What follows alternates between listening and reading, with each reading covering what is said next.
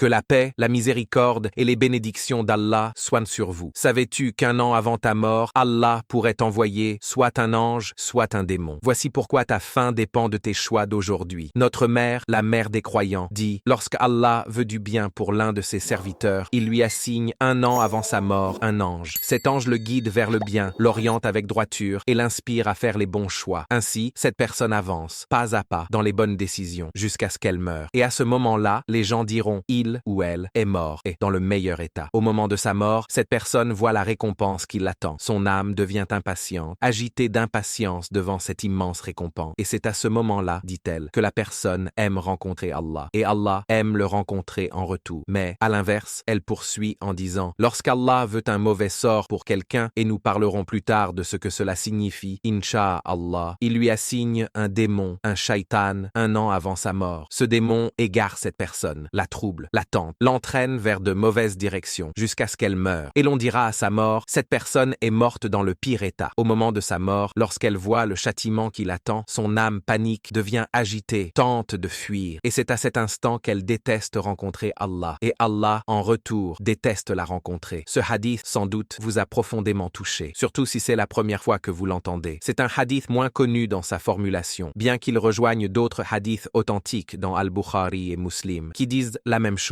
Il y a là une leçon claire. C'est à toi de garder ton cœur éveillé. Et l'un des moyens d'y parvenir, c'est de renouveler ce que tu écoutes, ce que tu médites. Car entendre un rappel pour la première fois ou le redécouvrir après longtemps a un impact différent. C'est comme les bénédictions d'Allah. Tu n'apprécies pas toujours ce que tu as, jusqu'à ce qu'un jour tu le perdes ou qu'il soit altéré. Tu ne remerciais pas pour ton genou, jusqu'à ce qu'il commence à te faire mal. Il faut donc revenir vers les bénédictions avec un cœur renouvelé. Et surtout, être conscient, responsable, attentif à ce qui garde ton cœur vivant. Ne laisse pas ton cœur s'endormir. Partage ce rappel à quelqu'un que tu aimes et commence dès aujourd'hui à vivre comme si ta fin approchait. Qu'Allah nous accorde une belle fin. Amin.